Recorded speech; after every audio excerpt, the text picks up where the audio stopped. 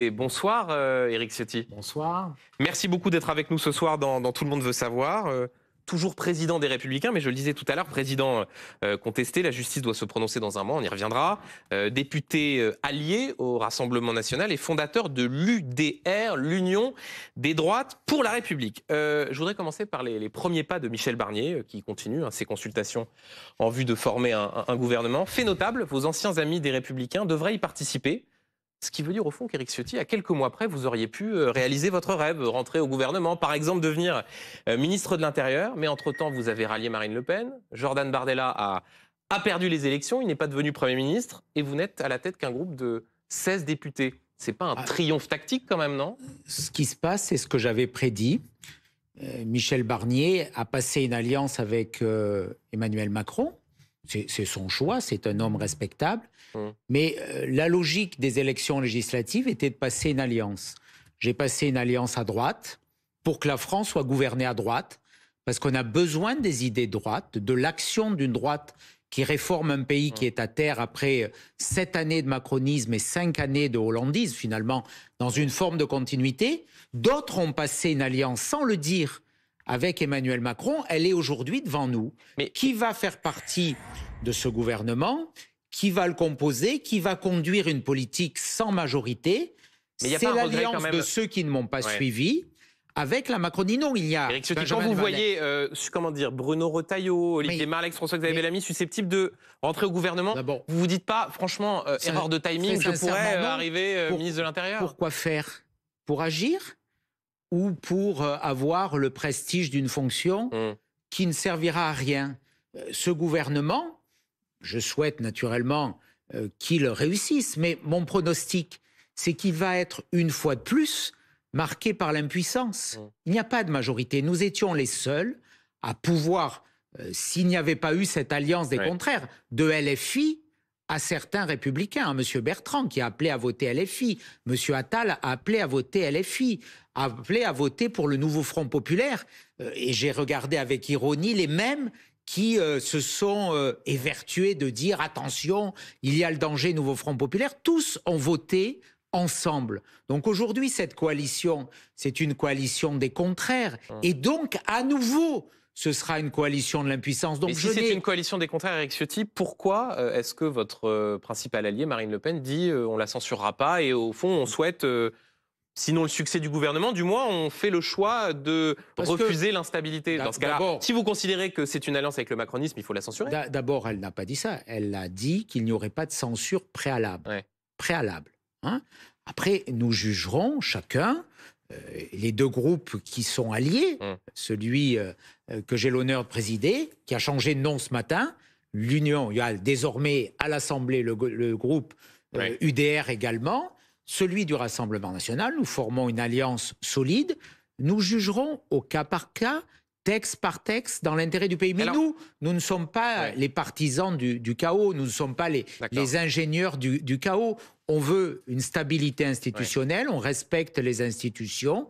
On jugera sur pièce s'il y a des 49.3 pour faire passer des textes, notamment le texte budgétaire. Mais alors, on verra le contenu du budget. Moi, juste là-dessus... J'ai entendu M. Barnier dire, laisser entendre avec quelques périphrases qu'il pourrait y avoir une augmentation des impôts.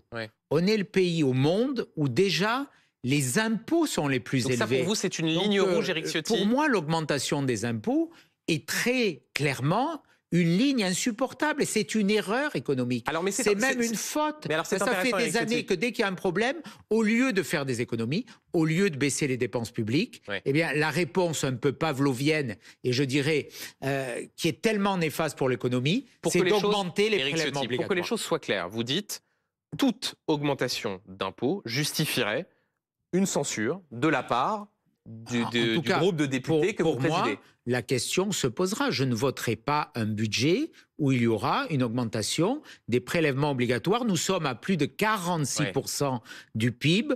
C'est le taux le plus élevé des pays de l'OCDE, champion du monde des impôts depuis des années. Et vous l'avez dit à Marine Le Pen qui propose un impôt sur la fortune financière. Ça s'aggrave, mais en même temps qu'il y avait cette proposition, et c'est pas forcément... il y avait une baisse d'autres prélèvements. Donc, ce qui compte, c'est qu'au total, on ait une baisse des prélèvements obligatoires.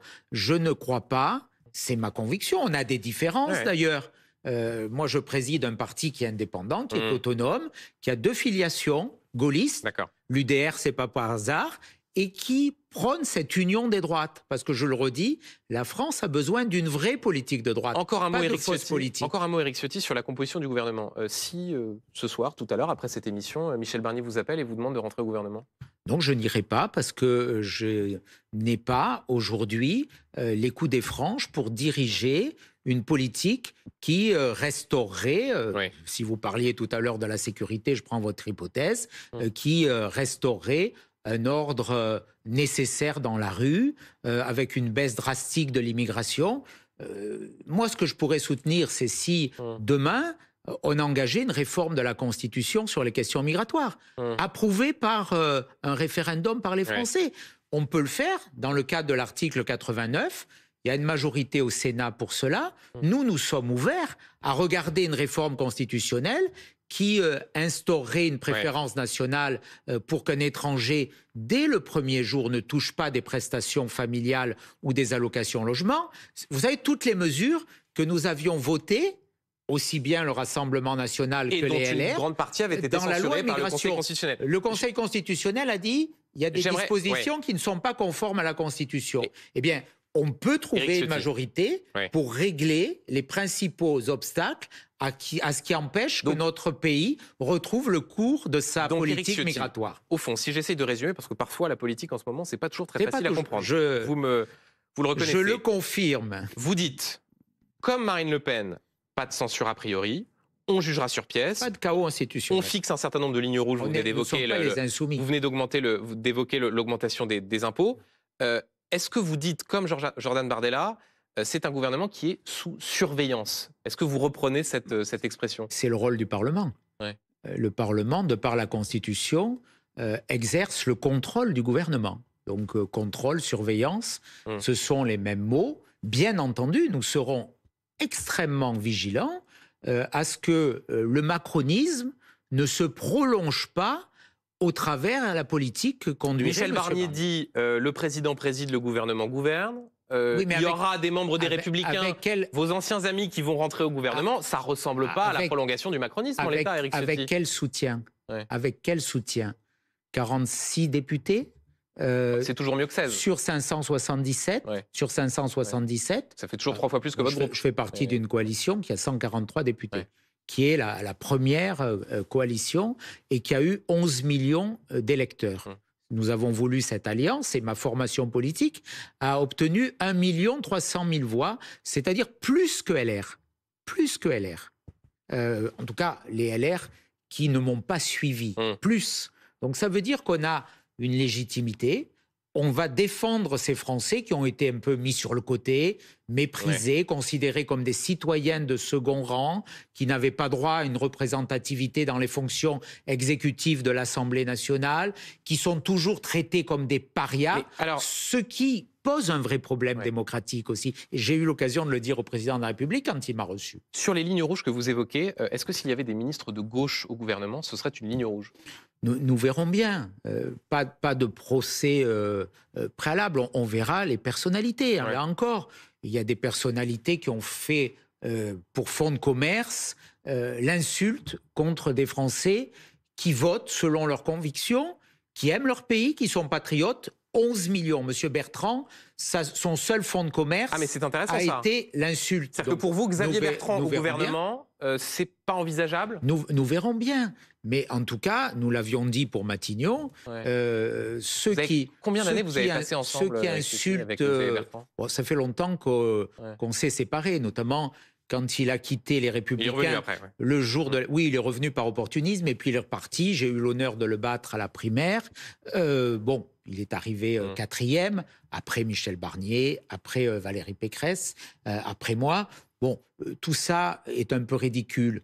Cette forme d'opportunisme, Donc, en tout cas, vous ne souhaitez pas que Xavier Bertrand soit au gouvernement, pour dire les choses. Je ne vois pas ce qu'il pourrait apporter au service de l'intérêt général, au service du bien commun.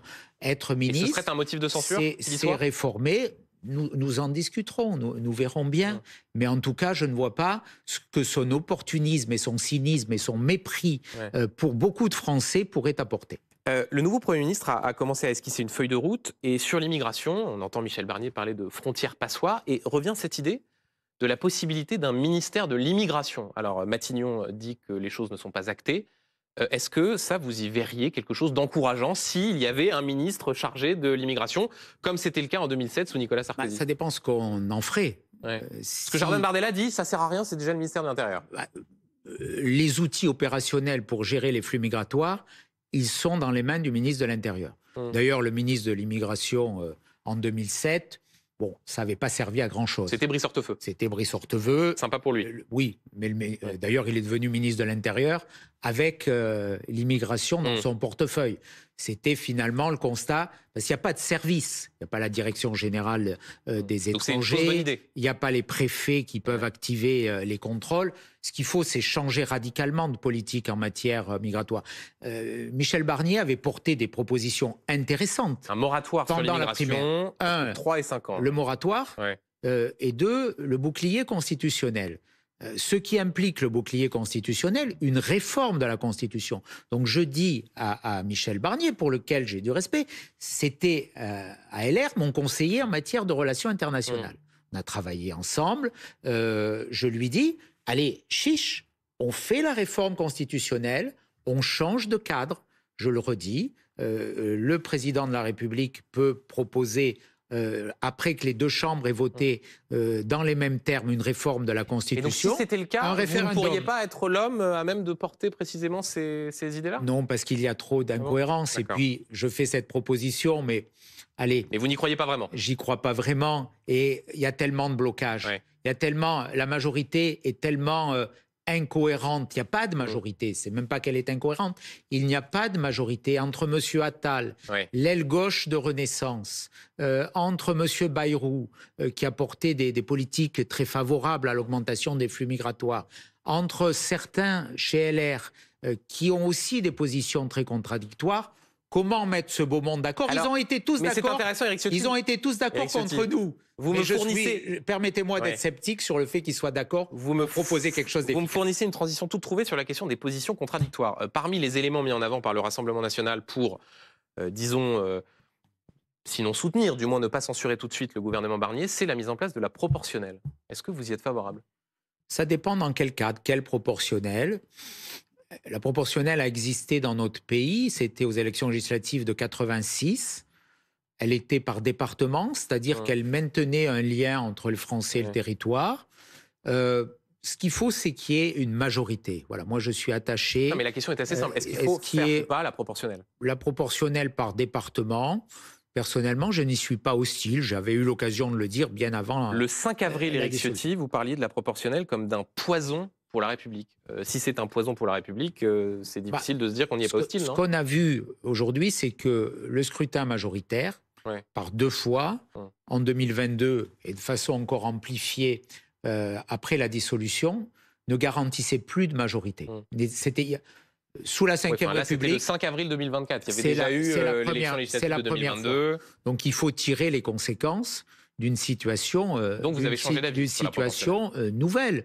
Moi, je suis attaché à ce qu'on maintienne l'esprit de la Ve République, c'est-à-dire une majorité forte. Là, M. Macron a transformé la Ve République en 4e République. Et donc vous avez changé d'avis sur la question de la proportionnelle. Le jeu des combinaisons, c'est pas moi qui ai changé d'avis. C'est le vous disiez le 5 avril que c'était un poison. Là, vous me dites pourquoi c'est le contexte qui a viscéralement aujourd'hui, on voit bien qu'il y a le jeu de ces alliances, il y a le jeu des partis qui ne permettent plus d'avoir une majorité. Toujours sur cette question de la constance des positions, au cœur de l'agenda parlementaire des prochains mois, il y aura la question de la remise en cause ou non de la réforme des retraites. Je rappelle que vous, Éric Ciotti, vous aviez soutenu la réforme portée par Elisabeth Borne. Or, le 31 octobre, le Rassemblement national va profiter de sa niche parlementaire pour proposer l'abrogation de la réforme des retraites. Alors là, il y a 2 possibilités. Soit vous êtes cohérent avec vos idées, et dans ce cas-là, vous votez contre cette abrogation, ou bien vous êtes cohérent avec vos alliances, et dans ce cas-là, vous votez pour cette abrogation, qu'est-ce que vous choisissez entre ces deux options? On verra le texte qui est déposé. Ah bah le texte, c'est assez simple. Non. Ça a été dit, abrogation de la réforme, retour à 62 ans, 42 annuités de cotisation. Il y aura pas que une abrogation, il y aura aussi des propositions. On fera jouer notre capacité à amender un texte. Moi, je suis favorable, par exemple, à ce qui est plus de capitalisation. On a discuté sur la revalorisation des petites retraites dans la précédente réforme. C'est nous qui l'avons obtenu. Attendez, Éric Ciotti, franchement, on a suffisamment, même ensemble sur des plateaux, parlé pendant la réforme des retraites. Vous disiez, Éric Ciotti, il faut travailler plus longtemps. Le Rassemblement national ne cessait de dire l'inverse sur cet élément de l'abrogation. Le Rassemblement national ne dit pas l'inverse. Ce que nous avions dans le programme législatif, c'était la question des carrières longues. D'ailleurs, c'était un débat que nous avions nous-mêmes porté. Il reste une année où on peut améliorer les choses.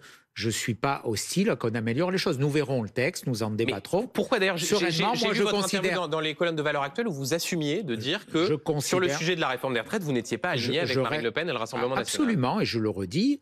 Je reste cohérent avec cette analyse de dire, aujourd'hui, on a un problème.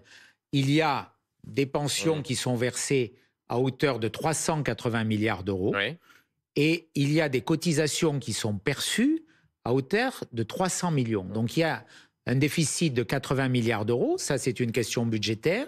Il y a ensuite un problème démographique. Il y a de moins en moins d'actifs qui travaillent pour payer des retraités les pensions des retraités qui sont de plus en plus nombreux. Mais donc, Éric Ciotti, il faut trouver des solutions. Pour que les choses soient claires, il y en a plusieurs, mais vous pourriez vous opposer à ce texte du Rassemblement national. La réponse, elle n'est pas aussi binaire que vous le proposez. Mais Éric Ciotti, l'impression que vous donnez là aux téléspectateurs, c'est au fond, c'est parce que c'est un texte qui est porté par votre principal allié. Vous ne voulez pas dire que vous pourriez voter contre. Nous allons travailler ensemble à ce texte et je vous donnerai la réponse, mais elle sera cohérente avec ce que j'ai toujours défendu. Éric Ciotti, un mot sur le mouvement que vous avez fondé, l'Union des droites pour la République. Est-ce que vous savez qui a dit le 22 mai 2024 « Je n'ai jamais cru à l'Union des droites » ? Moi, j'ai toujours cru dans la nécessité... Ça vous, j'ai pas beaucoup de doutes, mais est-ce que vous savez qui a dit ça ? Que les Français de droite se rassemblent. J'étais assez hostile à des alliances qui pouvaient toucher les appareils. J'ai toujours défendu, j'ai toujours défendu l'alliance. Mais je vous donne un indice, ce n'est pas vous. Est-ce que vous avez une idée de qui a pu dire « Je n'ai jamais cru à l'Union des droites » ? Je ne sais pas. Marine Le Pen. Aujourd'hui, votre principal allié. Est-ce qu'on peut s'allier avec quelqu'un qui, combat aussi frontalement l'essence même de votre combat politique désormais, qui est de dire qu'il faut que la droite s'unisse? Duhamel, tout à l'heure, vous avez dit j'ai été rallié au RN. Je ne suis pas membre du Rassemblement national. Je suis président d'une formation politique qui veut prolonger l'histoire de ma famille. Vous avez vocation à gouverner avec le RN, celle des gaullistes. Donc j'ai mon identité, notre autonomie, notre indépendance, et nous avons pour la première fois passé une alliance très claire qui a cassé ce mur qui voulait enfermer dans un ghetto des millions de Français parce qu'ils étaient soupçonnés de mal penser et de ne pas penser comme un système politico croit pas à cette idée d'union des droites. Mais on a des différences. Elle a des électeurs qui viennent de la gauche. C'est ce qui l'a conduit à porter un rassemblement. Moi, je me situe très clairement à droite. Je suis un homme de droite. J'avais défendu cette position à la primaire. Nous sommes... C'est une femme de droite, Marine Le Pen, ou pas ? En tout cas, les idées qu'elle véhicule, qu'elle porte, elle aime la France. Oui, comme moi. On peut aimer la France et être de gauche. Oui, il y en a à gauche qui n'aiment pas la France. Peut-être à droite qui n'aiment pas la France. Beaucoup d'insoumis n'aiment pas la France, n'aiment pas son drapeau, choisissent d'autres drapeaux. Nous aimons la France. Nous sommes patriotes. Je crois qu'elle aime la valeur travail. Elle aime l'ordre, la sécurité, la liberté. Ce sont des valeurs que personnellement, je qualifie à droite. Mais je lui demanderai la prochaine fois qu'elle viendra. Mais chacun se positionne. Moi, je vous dis, dans le respect de chacun, j'assume d'être de droite. Un petit mot juste pour ceux qui aiment l'histoire politique. L'UDR, c'est une référence au parti gaulliste. Absolument. Quand on est là encore allié avec un parti, le Rassemblement national, qui a notamment été fondé par des collaborationnistes, anti-gaullistes, qui à certains moments a eu des liens avec l'OAS qui a combattu le général de Gaulle. Est-ce que là, il n'y a pas un contresens absolu ? crois qu'on n'est plus dans cette période. Ouais. Ça, enfin, les racines des partis, ça compte, non? Vous convoquez une histoire qui est très, très lointaine. Ouais. Objectivement, qui peut dire aujourd'hui qu'il n'y a pas eu une rupture avec cette période? Marine Le Pen elle-même l'a fait avec son propre père. Quel geste plus symbolique? Jordan Bardella, qui préside aujourd'hui le Rassemblement national, a fait cette rupture aussi. Qui peut dire aujourd'hui dans cette formation politique qu'il y a la même continuité avec ce passé que vous évoquez, qui a existé, que personnellement, naturellement, je condamne, mais on est dans une autre période. Oui, vous le reconnaissez, ce passé? Tout le monde le reconnaît. Sont des faits, ce sont des faits historiques. Mais qui peut aujourd'hui continuer à empêcher à ce qu'on ait une vraie politique de réforme, de redressement, en convoquant en permanence cette vieille histoire qui est une histoire qui n'est pas celle de ceux qui aujourd'hui veulent, dans l'union, dans le rassemblement, additionner leurs forces, leurs différences aussi, parce que quand on est dans une coalition, forcément, il y a des différences. Il y a des différences. Si on était identiques, semblables, j'aurais adhéré au Rassemblement national. Moi, je suis le continuateur d'une histoire. C'est pour ça que j'ai voulu que cette famille politique, elle porte le nom d'UDR. Elle aurait pu porter le nom de RPR aussi, parce que j'ai adhéré au RPR à 16 ans. Moi, j'ai le sentiment de ne pas avoir trahi mes convictions. J'ai le sentiment d'avoir été fidèle à mes convictions, de ne pas avoir trahi mes électeurs. Mes électeurs, qu'est-ce qu'ils me disent? Il faut sanctionner M. Macron. Il faut sanctionner la gauche. Mais ils ont abîmé la France. Vos électeurs, ce sont aussi parfois, même souvent sans doute, des adhérents des Républicains. Oui. Vous êtes encore à la tête de ce parti, contesté.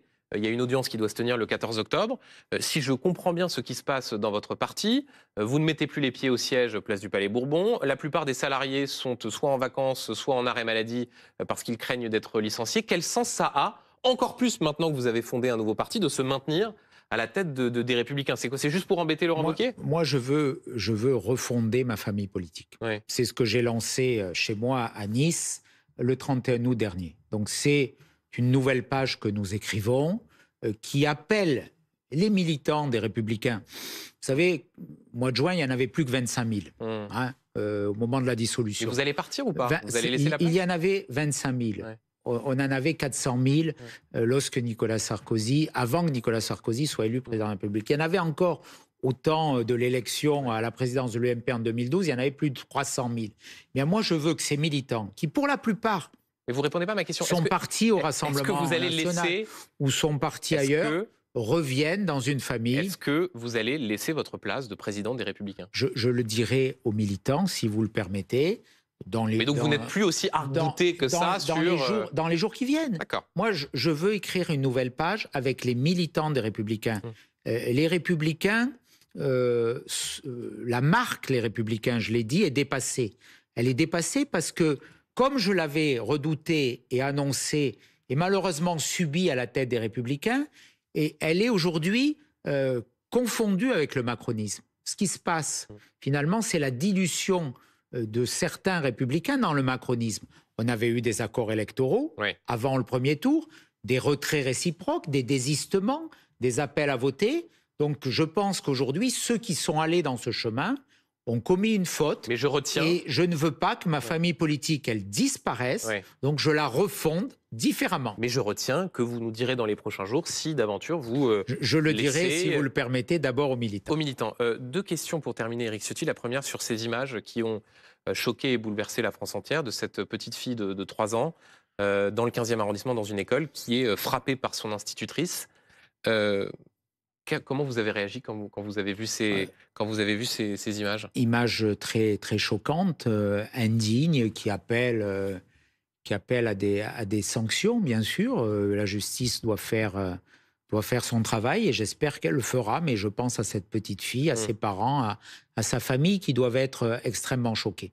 Une toute dernière question avec vous, Éric Ciotti, puisque Depuis cette rentrée, il est beaucoup question du laxisme judiciaire, de l'intransigeance des peines. Et je vous entends souvent, sur les plateaux de télévision, réclamer que la justice ne soit pas laxiste et qu'elle soit implacable. Votre chef de cabinet a été contrôlé fin août à 175 km/h sur l'autoroute A8, au lieu des 110 auxquels il était soumis comme jeune conducteur. Est-ce que vous demandez la plus grande sévérité de la justice à son égard? La justice fera son travail. Moi, je condamne ce comportement.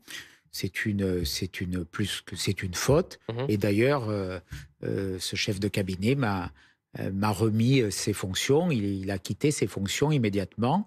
Donc, ce n'est plus votre collaborateur. Ce n'est plus mon collaborateur.